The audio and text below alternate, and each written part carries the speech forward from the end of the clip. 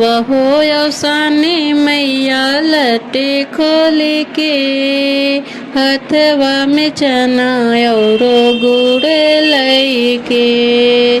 आवहो अवसानी मैया लटे खोली के, हथवा में चना और गुड़ लई के।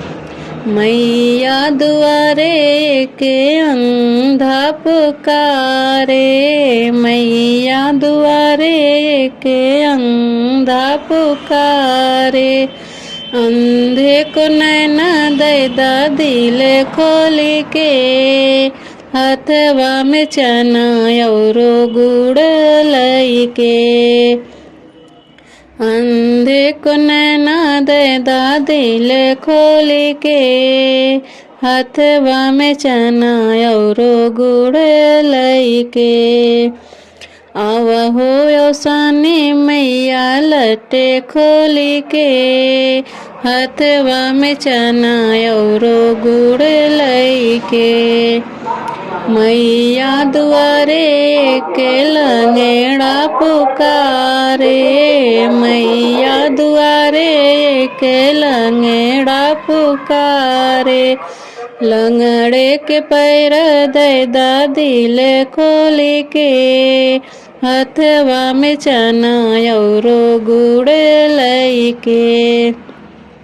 आवहो अवसानी मैया लटे खोली के, हथवा में चना और गुड़ लई के।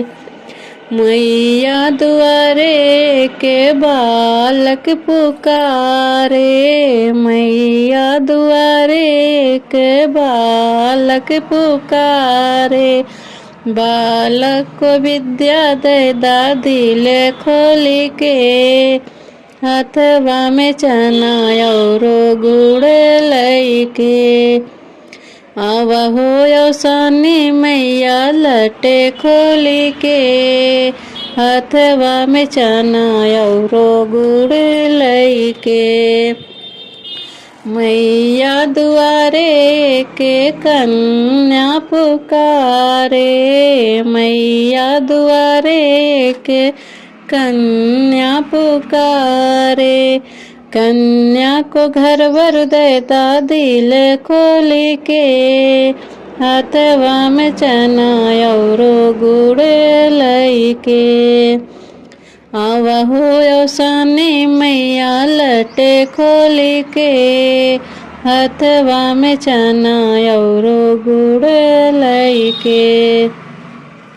मैया दुआरे के बाझिन पुकारे, मैया दुआरे के बाझिन पुकारे।